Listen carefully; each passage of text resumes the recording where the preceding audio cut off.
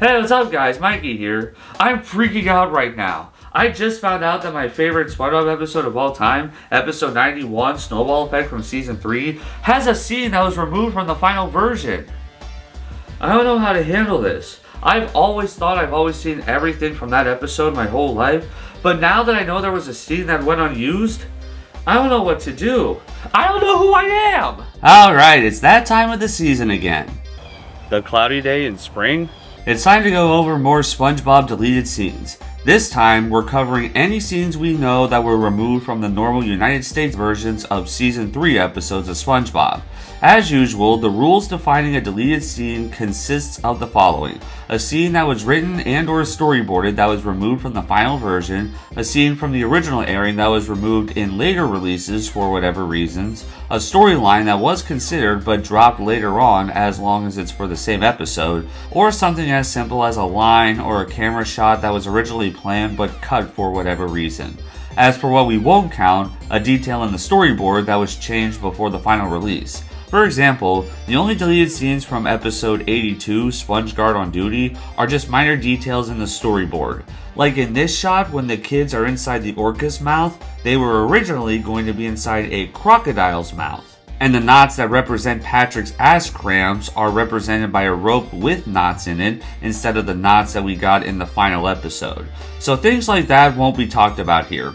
An alternate take of a shot that was changed for later releases won't be included here either if the details are so minor that who gives a fuck. For example, in Club SpongeBob, we have a couple alternate close-ups of Squidward in these shots that it doesn't matter that they got changed before the final releases. If there's a character who has a different name during production, such as how the Quickster was originally called the Whizzer, that won't be talked about here because the character still made it into the final, it just had a different name. It's just not a deleted scene. I will also only be speculating as to why these scenes were removed, unless there was an actual reason that was revealed as to why they were deleted. And last but not least, these are the Season 3 deleted scenes we know as of April 2026, so it's likely that more will be revealed over time. I'm just going over what we know now. And with that out of the way, let's check out the deleted scenes of the last season before the SpongeBob SquarePants movie. Starting off is episode 83, Club SpongeBob, the episode where SpongeBob, Patrick, and Squidward get stranded in the kelp forest with only each other and the magic conch shell for company. I did mention we do have alternate takes that are near identical to what we have in the final version, but there is something that is actually different. We have a photo of an unused close-up of Squidward which looks different to what we have in the final episode. Based on how it's drawn, it looks like this is an alternate take to Squidward's stare after a picnic supply company plane drops all the answers to SpongeBob and Patrick's problems right out of the sky. I'm guessing they changed it to the bug beating Squidward with a stick to give Squidward a literal smack in the face to his comments and give it a bit more humor compared to what this close-up looks like. The close-up is a little uncanny, but I wouldn't call it disturbing. But I do prefer the final shot we got of Squidward getting hit in the face compared to this close-up. Now let's talk about one of the most well-known deleted scenes in all of SpongeBob history. Episode 85, Just One Bite. In this episode, SpongeBob makes Squidward try Krabby Patties for the first time, and Squidward becomes secretly addicted to them but doesn't want SpongeBob to find out. He sneaks out in the middle of the night to snag one from the Patty Vault. The version that's on TV, home media, streaming services, etc. has this zoom in from Squidward's point of view to the vault, and then he walks up to it. When the episode first aired in October 2001, we get this shot, followed by Squidward opening the door, causing a bucket of gas to fall, and a robot hand drops a match, causing an explosion.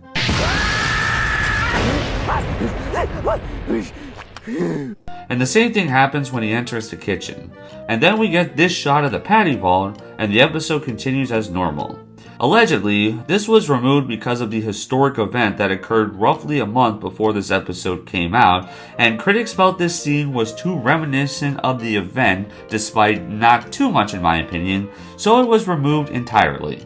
However, in June 2018, current co-showrunner Vincent Waller confirmed it was removed because of an issue with the Broadcast Standards and Practices, the department that handles what moral, ethical, and legal implications of the programs a network will air. They felt that it was wrong that a gag involving gasoline and fire was spotlighted in such a manner, so they had it removed so Nickelodeon wouldn't have anything to do with a gag like that. Oh, fire is unethical to Nickelodeon, but casting anti-human beings in a TV show or movie is not? I can understand that mentality because something like a lawnmower can use gasoline, and if there's a box of matches nearby, yeah, that's dangerous. But if the BSP and Nickelodeon were that concerned, why did they allow the original airing to have that scene in the first place? And why did they allow another gasoline and fire-related gag in 2023 with episode 543, SpongeBob on Parade from season 13? In a scene that makes less sense with even less context than the original. It looks like one last float from the local gas station is making a combustible entry. Well, folks. Moving on, our next episode was changed drastically before the final release. Episode 87, Nasty Patty, has a lot of deleted scenes to talk about. The rough storyboard for this episode is available online, complete with voice acting, and it shows so many storyboarded scenes that were removed when they trimmed the episode down to 11 minutes. For starters, it appears to not have the original opening and ending with the French narrator introducing and closing the story. It starts showing the health inspector entering the Krusty Krab. SpongeBob gives the health inspector a deluxe burger thing and slowly backs into Mr. Krabs' office. He shows Mr. Krabs a strange customer before Krabs tells him that it's the health inspector. The episode plays out normally for a while, with a few extra shots and lines of dialogue that were removed, as well as different shots compared to the final cut. The next actual deleted scene shows that SpongeBob put the soon-to-be Nasty Patty in his sock. The laughing and freakout scenes are different with some extra dialogue, and the next scene that was removed features SpongeBob's brain accidentally squeezed out of his body and hits the health inspector on his head right as he wakes up, making him unconscious again. There's a cut scene of SpongeBob being hesitant about dragging the body outside the restaurant before they actually leave, and Mr. Krabs kinda taunts him into carrying it. After they bury him, SpongeBob says he's not good at public speeches. Officer Nancy makes a joke about paying off their debt to society with public labor. Well, it's a good thing SpongeBob's canonically an adult, otherwise that would violate child labor laws. There's some extra dialogue of Mr. Krabs stalling Officer John, and Officer John asking if open cash register night is a bribe, and Mr. Krabs calls it a promotion. After they make a zombie joke, the news comes on confirming the joke to be all but real. Interestingly, the health inspector takes something out, and even the police officers cower in fear over him, before it's revealed that the zombie was the health inspector, and what he took out was the note saying the Krusty Krab passed, followed by a group hug, and the news anchor says 5 people were caught hugging in the fast food joint, and that was the end of the episode according to the storyboard. Now, with all that new info, let's dissect this a little bit more. Now, the storyboard is 15 minutes long, but a lot of this is just awkward silence between character lines that flow so much better in the final version. We've been duped! Duped! Bamboozled! We've been Speckledorfed! That's not even a word, and I agree with you. We've been duped! Duped! Bamboozled! We've been Speckledorfed! That's not even a word, and I agree with you. 86 those patties, Krabs. We just got a call about 2 ghouls burying a stiff over by Shallow Grave Road. I want a soda. Here's your soda. 86 those patties, Krabs. We just got a call about 2 ghouls burying a stiff over by Shallow Grave Road. I want a soda. Here's your soda. I know this is a rough storyboard, but if this was cut down to make the dialogue flow better, it would probably be a lot closer to 12 minutes. A lot of the differences are just different camera angles that are changed by the final release, and a few extra superfluous lines of dialogue sprinkled throughout the episode. You say it, Mr. Krabs. I'm not very good at public speeches. Hop in, we'll give you a lift back. You can pay off your debt to society with hard labor. For the dialogue, I can understand why a good chunk of those were removed. They don't add too much in the overall story, but in the final episode, the smorgasbord scene has a line of dialogue that was half muted. Fresh sludge pudding. More diet red tie. Some fried Please, gentlemen! I never liked how it was half cut off, but the storyboard plays the whole line, and now I can f***ing understand that he said fried flotsam. fresh sludge pudding. More diet red tide. Some fried flotsam. Please, gentlemen! So that's something I preferred in the storyboard compared to the final, as well as the tartar sauce line when SpongeBob notices the back door was locked, Ah, tartar sauce! The back door is locked. and the bribe versus promotion exchange between Mr. Krabs and Officer John. Hey, is this some sort of bribe? In fast food, we prefer to call it a promotion. I also like the line where SpongeBob is not good at public speaking. I wonder if this would later serve as inspiration for episode 302, Oral Report from season 8, where SpongeBob is afraid to give a speech at boating school. In terms of full scenes removed, SpongeBob and Mr. Krabs walk out to see the body before it cuts to them taking it out at night, SpongeBob putting the nasty patty in his sock, SpongeBob meeting the health inspector before he tells Mr. Krabs about him, and Mr. Krabs stalling the officer while SpongeBob puts the inspector in the trunk. It's nice to see Mr. Krabs talking to the officer, but it's also not entirely necessary to be here. The most surprising difference to me was the ending. I kinda wish the news anchor confirming the zombie joke to be real was kept in.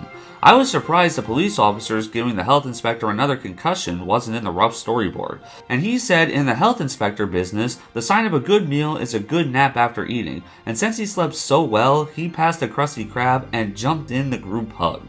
That's an interesting ending, but a good nap being a sign of a good and anti-unhealthy meal almost feels like a line from season 9 or onwards in my opinion. The ending with the cops hitting the health inspector is not only funnier, but it also shows the cops have been just as accidentally bad as SpongeBob and Mr. Krabs have been. So that's a bit of a better ending, but in terms of the storyboard, I wish there was an ending gag that reveals the reason why the news always came on at the most convenient times was because there was a news crew spying on them at the Krusty Krab the whole time. That would have made the scene feel complete, in my opinion. The way the storyboard ended felt kind of incomplete without the gag I just suggested. Or any kind of gag. So with all that I just went over, it's definitely interesting to see how much this changed over time. Some of the changes were for the better, and it's surreal seeing a new ending and some new dialogue by the voice actors I went this whole time before I finally learned about. And seeing the rough storyboard makes me love the final episode we got more than I already did. There are a couple things I like from the storyboard that I wish were maintained in the final, mostly a few minor lines that I wish were kept in, but that's it. The rough storyboard like this is really fascinating to see how an animation production evolves over time from rough storyboard to final episode. Next up is episode 89, Mermaid Man and Barnacle Boy 4, the episode involving Mermaid Man's secret utility belt / shrink ray. When SpongeBob can't unshrink Squidward, Patrick suggests flipping the M for Minnie upside down to W for Wumbo. The storyboards online reveal a cut line of dialogue. After SpongeBob says Wumbo doesn't sound like a real word, Patrick gets angry and thinks SpongeBob said he didn't know any of the English before SpongeBob cuts him off. I can so easily picture this scene in the final episode. Patrick, I don't think Wumbo is a real word. Are you saying I don't have any of the English? No! But I can imagine that was removed to focus more on the iconic Wumbo line in the final. Wumbology? The study of Wumbo? It's first grade, SpongeBob! Another deleted scene was revealed by former writer and storyboard director for Season 3, Sam Henderson. Towards the end, when everybody is beating up SpongeBob's internal organs, there is also a shot of some Bikini Bottomites vandalizing furniture inside SpongeBob's body. I predict this scene was put in around the same time when Squidward was shown trying to saw apart one of SpongeBob's blood veins. And it sounds less interesting and chaotic compared to the actual violence. Henderson himself revealed that this scene was removed because Nickelodeon didn't want to show any violent actions that kids could imitate. I can understand that because I'm guilty of jumping on furniture a lot when I was a kid. I didn't have spray paint, but considering how violent this scene already is, I'll admit that I can't go inside somebody else's body to kick their gut directly, so I'll concede for this one. There's also this image here that shows a parade is going on in downtown Bikini Bottom, likely around the time SpongeBob was zapping everybody. And if you didn't know, the parade banner literally says parade on it, which I can imagine is one of the reasons why it was removed from the final episode. There's no explanation as to why this parade is happening, and it doesn't add much to the scene. The wide shot of the town gets the same point across that SpongeBob is shrinking everybody he sees, compared to witnessing him shrink them up close, let alone during a parade. The next one is the very next episode, episode 90, Doing Time, where SpongeBob and Patrick try to break Mrs. Puff out of jail. The guards throw Mrs. Puff into solitary confinement. The room is yellow, which causes Mrs. Puff to think she's seeing SpongeBob everywhere. Production art shows that Mrs. Puff's hat and shoes morph into SpongeBob. To me, it's so apparent that this was cut because this wasn't necessary to show. SpongeBob's laughing is already excessive, and Mrs. Puff seeing his face everywhere like this is already too much for her. And the shoes and hat are much smaller than the walls, so they probably changed their minds on including it. Cause what's the point in showing her hat and shoes morphing into SpongeBob when the walls, floor, and ceiling already have? Moving on to my favorite episode, 91, Snowball Effect. Squidward wants SpongeBob and Patrick to violently beat each other up with snowballs, but his plans don't work well. After they attack him, he gets way too involved and builds a Corday Pro volcano. Fort Squidward is now all but impenetrable! Some photos reveal that inside Fort Squidward, there was a giant pile of snowballs, as well as a dungeon to torture snowmen. This scene would have occurred between the shots of Squidward going down into the fort and climbing back up before he starts throwing snowballs again. If I had to guess, maybe it was cut either for time, or because some of the higher-ups thought that the implications of Squidward actually cutting SpongeBob and Patrick's heads off if he won the snowball fight was a little too dark. Even though it was clear that SpongeBob and Patrick strategically retreated before Squidward built his fort, meaning Squidward already won. Did you hear something, Patrick? Nope. And besides, these are just regular snowmen, not actual citizens of Bikini Bottom. Either way, I still kinda wish this scene was kept in, purely because it's my favorite episode, and it also gives a smidge more context to how Squidward had all his snowballs ready to go for when he threw them at the end. Alright, the next deleted scene to discuss is from episode 96, Squilliam Returns. Squidward lies and claims he has a 5-star restaurant so he doesn't feel inferior to Squilliam. Squilliam mentions Squidward apparently was voted most likely to suck eggs in high school. Sam Henderson, who also wrote and storyboarded this episode, revealed there was going to be a scene showing Squilliam one-upping Squidward in high school by giving his date a bouquet of flowers and a box of chocolates, compared to the single rose Squidward gives his date. Hey, at least Squidward got a date. And even has babies where he learns to walk before Squidward does. There was also a scene of a younger Squidward sucking on eggs, which references the suck eggs line. Sam Henderson said it was going to take place at the beginning of the episode, and even I don't know how that would have fit. I can imagine this was cut because it added nothing to the story. And if they did show this, it definitely would have made it seem a lot worse for Squidward. He just can't win anything, which is really emphasized in the modern show. But I would have liked to see something that gives a little more context as to why Squidward is always jealous of Squilliam. But a scene like this would work so much better for an origin story for Squidward and Squilliam, showing why they are rivals in the first place. Moving on to episode 98, Rockabye Bye Valve. The episode where SpongeBob and Patrick take care of a baby scallop and spawn discussions online about implications between the two best friends that aren't true. According to the storyboards that we have access to, there is going to be a scene where SpongeBob and Patrick try to feed Junior the scallop by chewing the food up and spitting it into his mouth. My gut reaction tells me this would have been during the first scene where Junior is hungry and wants to eat something, but they don't know what to feed him.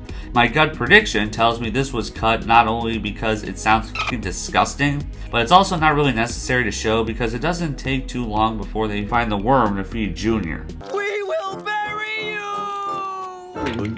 Now for another less controversial episode, episode 99, Wet Painters. The episode where SpongeBob and Patrick don't get paid to paint the inside of Mr. Krabs' house. But before that, SpongeBob and Patrick perform a ritual to attract customers that requires them to get hurt. A one-way ticket to pain!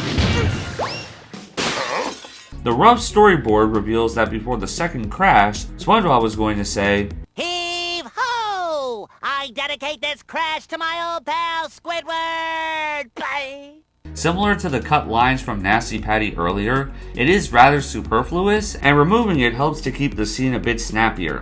It is kinda neat, but I personally have no opinion if it was kept in or removed. This is the most superfluous deleted scene or line, not just this season, but the whole show yet, in my opinion. Now most of these episodes are highly praised by a lot of people, so now let's talk about a more controversial episode. Not again. Episode 101, Party Pooper Pants, the infamous episode where SpongeBob throws a house party and tries to control everybody who's having fun.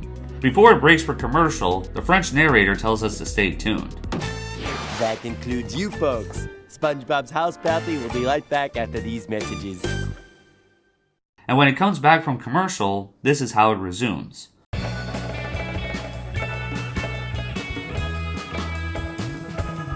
Ahoy there! Welcome back to SpongeBob's house party. On most home media releases, most notably the Season 3 DVD, those lines were removed due to there being no commercials on the DVD. Ah! Seriously. Hey, Gare, got another coat for you. Which makes sense. But for something that actually is different from the finalized normal version, the storyboard that was included as a bonus feature on the Tales from the Deep DVD shows that as soon as SpongeBob unlocks the door in the morning, a lot of the partygoers leave the house, as opposed to the final where SpongeBob opens his door and just sees the house is a wreck with nobody there before Patrick shows up. I think this change was for the better. Considering everybody who leaves this party is sober, I don't get why they had to wait for SpongeBob to come home before they left. A way to make this scene make more sense, in my opinion, would be if SpongeBob came home and everybody was lying on the ground exhausted from how much fun they had. Or hammered. So this is a change I'm honestly okay with.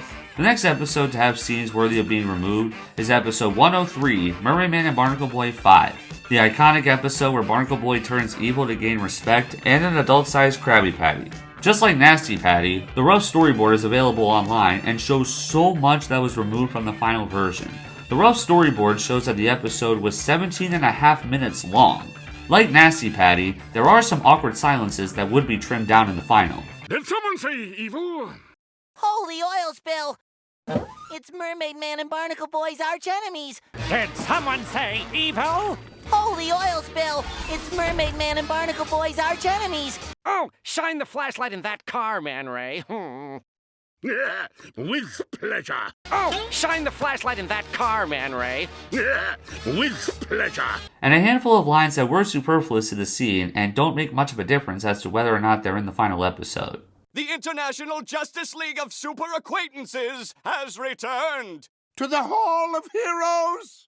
Away! However, unlike Nasty Patty, which feels basically like the same episode, just with a couple extended scenes and a couple other scenes that play out differently, this one has so many more sequences and scenes that are so much bigger in scope, and a lot of dialogue and character interactions that make this episode feel like a different episode that they had to rewrite later on to trim it down to 11 minutes. For starters, when Squidward is impatient, SpongeBob tells him the people ordering are Mermaid Man and Barnacle Boy. When Mermaid Man is looking at the menu, he breaks out his super telescope vision to read from the menu, but it malfunctions and he only sees Squid's ass. When Mermaid Man decides what he wants, he also orders a Pipsqueak Patty for Barnacle Boy. Barnacle Boy gets offended and also wants an adult-sized Krabby Patty. Instead of just Patrick, Squidward, Mr. Krabs, and Sandy laughing at him, all the customers in the Krusty Krab laugh at him. He's also referred to as a boy ward. A comic book nerd tells Barnacle Boy that sidekicks are not superheroes, and boy words never grow up to be man words. Barnacle Boy gets offended and says he will cross over to the dark side. Why should I waste money lighting a whole store? Man Ray and the Dirty Bubbles show up and he joins their posse. On the news, there was a press conference where Barnacle Boy became the newest member of Evil. It's interrupted by a boat commercial, and Mermaid Man gets distracted by that before SpongeBob reminds him to stop crying. After the explosive ice cream scene, the ice cream truck turns into a robot, which the Dirty Bubble refers to as Miss Thang. Would you all look at that mechanical skink? Holy shit. Miss Thang beats up Mermaid Man, and he's almost doomed until a tiny fish who's cranky over being woken up makes a giant robot out of cardboard, which fools Miss Thang and distracts her from finishing off Mermaid Man. SpongeBob, Patrick, Squidward, and Sandy come outside, and the scene of them agreeing to help Mermaid Man save the world is much longer. We then see the secret entrance to the Mermalair and the costumes of the original International Justice League of Super Acquaintances. It was revealed that there were more than just the final 5 we see, and they were all horribly injured from a plane explosion, which made them stop being superheroes. After that, there's a shot of Squidward as Captain Magma making a sky portrait of himself with his smoke. Most of the episode plays out as usual, aside from certain camera angle differences, until we get to some extra dialogue by the IJLSA before they can't control their powers. You guys are so in trouble. We're gonna take you to the Pain Academy. Let's get it on! When SpongeBob gets burned by the magma and runs in circles, he accidentally creates a tornado, which sucks up Patrick and injures him. Sandy gets run over while she's invisible by the same guy who distracted the Miss Thang robot earlier, as opposed to getting knocked off the cliff in the final. That's right, baby. Mermaid Man's a personal friend of mine. Holy sh! After that, the episode plays out as normal aside from a couple extra dialogue lines that were trimmed out later, and at the end when Mermaid Man laughs, his super telescope vision malfunctions again. What was the point of the super telescope vision? Alright, after going through all that, I am amazed by how different this episode was in the storyboard compared to the final. I was surprised seeing things like the giant Miss Thang robot and how it was the Krusty Krab patrons that laughed at Barnacle Boy instead of just Patrick, Squidward, Mr. Krabs, and Sandy. The tornado being caused by the Quickster was an interesting decision, but I prefer the final because I like the elastic waistband trying to help the Quickster but ends up getting hurt himself. I can imagine this scene was removed because it was way too suggestive. Even Victorious never went this far. As for the Miss Thang robot, this is by far the most time-consuming part of the episode that was removed. I can imagine it was removed partially due to Sandy's line calling her a skank, because that's a bad word, and Victorious came up with the word gank just to get away with saying something that sounds like it on TV. Can't blame him. Shucks to be you. Gank. But I'm not complaining because gank is objectively the best word ever said on TV. She can be a gank. You have no idea. But I can imagine the whole robot scene was axed to keep the pace moving. It's also interesting to know that there were more members of the IJLSA than just the ones we see in the final.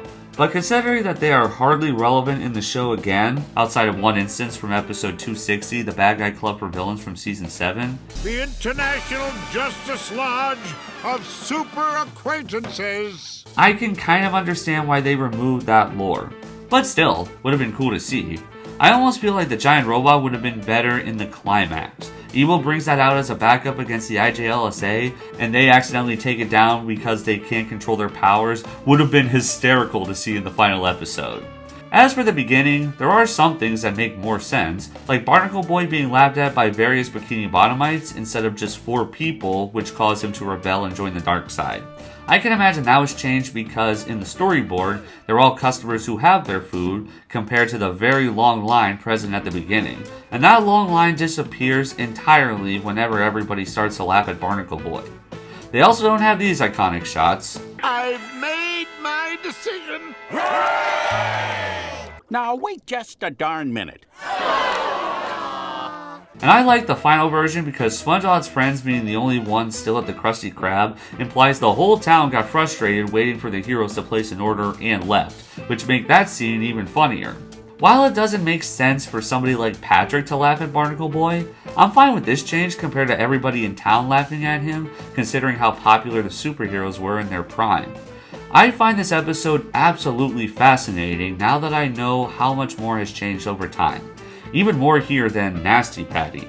As much as I like a lot of what is done in the storyboard, I do think the final episode works a lot better as an action-packed hero team-up and villain alliance kind of story, and it feels like there's so much less filler in the final compared to the storyboard. And like Nasty Patty, I love and appreciate this episode so much more now that I've seen the rough storyboard for it. But unfortunately, that is our final one with lots of major changes. The next episode is episode 104, New Student Starfish. In this one, Patrick joins SpongeBob's boating school class as a new student, and they cause a lot of disruptions and end up fighting with each other. When Mrs. Puff asks for Patrick's name, Patrick gets nervous and says, 24! A deleted scene from the storyboard shows Patrick looked at a calendar before he says 24. I imagine this scene was cut to keep no context from ruining the joke. Because in my opinion, the idea that Patrick pulled 24 out of his ass as his name without seeing where he got it from makes it funnier. But the detail of him looking to the side is still there, so that's neat to see. So the context is implied, but it's still funnier without the calendar shot in my opinion. When they're in detention, they apologize for what they did to each other and work together to save Roger from dying. After that, Patrick realizes he's in the wrong class and leaves. After he says goodbye, SpongeBob asks Mrs. Puff if he can have Patrick's star. Can I have his star? Followed by Roger hatching from the egg. I don't really have a major guess as to why it was cut, because similar to the deleted Wet Painter's line about the crash, I don't have an opinion on whether or not the line would have been kept in the episode. It's so superfluous. Next up is episode 105, Clams, the episode where Mr. Krabs makes his $1 millionth and loses it to a giant blue-lipped clam. When Mr. Krabs gets his $1 millionth and celebrates, he calls his parents, who are dead and in a graveyard as revealed in the storyboards. For real? I can understand why this was removed. It's so jarring going from Mr. Krabs celebrating to finding out his parents are dead. It also could have been removed because of continuity issues. We previously saw Mr. Krabs' mom in episode 75, Sailor Mouth from season 2, and we'll see her again later this season in episode 108, Midlife Crustacean. And while we didn't see Mr. Krabs' dad at this point in the show, he would appear much later in episode 481, Senior Discount from season 12. Either way, I still agree with why this scene was removed. Real quick, let's knock this one out. Episode 106, Ugh. The episode said 100 million years before the present day canon. Before it cuts for commercial, the French narrator tells us to stay tuned. When it comes back, we see Patchy again before cutting back to the animated segments. Then we cut back to the same freeze frame as when we left the animated portions. Due to the lack of commercials on the Season 3 DVD release, this is how it plays on the DVD. You're ruining me, caveman show! Attack. And I wish half of these lines weren't cut. Moving on, next up is episode 111, Krabby Land. In this one, Mr. Krabs makes a crudely made playground to attract kids to the Krusty Krab during summer break. When Mr. Krabs takes SpongeBob out of the boat, he immediately realizes he was left behind. You got it, Mr. Krabs! Hey! Storyboards for this episode revealed that it was going to take a few moments before SpongeBob realizes he was left behind. I think this change was made to keep the pace moving, and it didn't feel necessary to leave in the episode. Now I know you're all complaining, Mikey, we want to hear about the episode with the Campfire song. Well, lucky for you, that's next on the list. Episode 112, the camping episode. The famous Sea Bear and Campfire song episode. Two of the writers for this episode revealed different deleted scenes. Jay Lender revealed that after Squidward lays out the blanket, he lays down and hits a rock, which causes himself to snap in half. I can imagine this was cut for time and to keep the pace flowing. And I don't really think it was a necessary gag to keep. During the famous Campfire song, there was going to be a second which would have caused Squidward's brain to fly out of his head. I'm sure this was cut because a single bomb was much funnier. And it was. And speaking of funny, Dan Povenmire, the other storyboard director, revealed that during the song, when Patrick struggles to keep up with SpongeBob's fast singing, he was going to say, letters, instead of, song, C-A-M-P-F-I-R-E! Jay Lender suggested changing it to be Patrick trying to sing the actual letters that SpongeBob sang, but being far behind, because it sounded funnier. And it was. Next up, episode 114, Plankton's Army, where Plankton enlists the help of his family to steal the secret formula. Storyboards reveal that the scene where Plankton and his family invades the Krusty Krab was going to be much different. Squidward was originally at his post when the family attacks, and he and the customers freak out when they invade.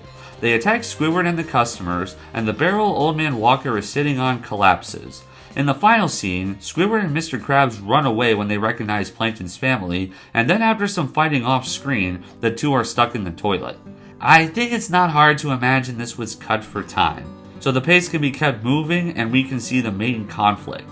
We don't really need to see Plankton and his family attacking the other customers. And the final one on our list today is episode 115, The Sponge Who Could Fly, the infamous lost episode of the series.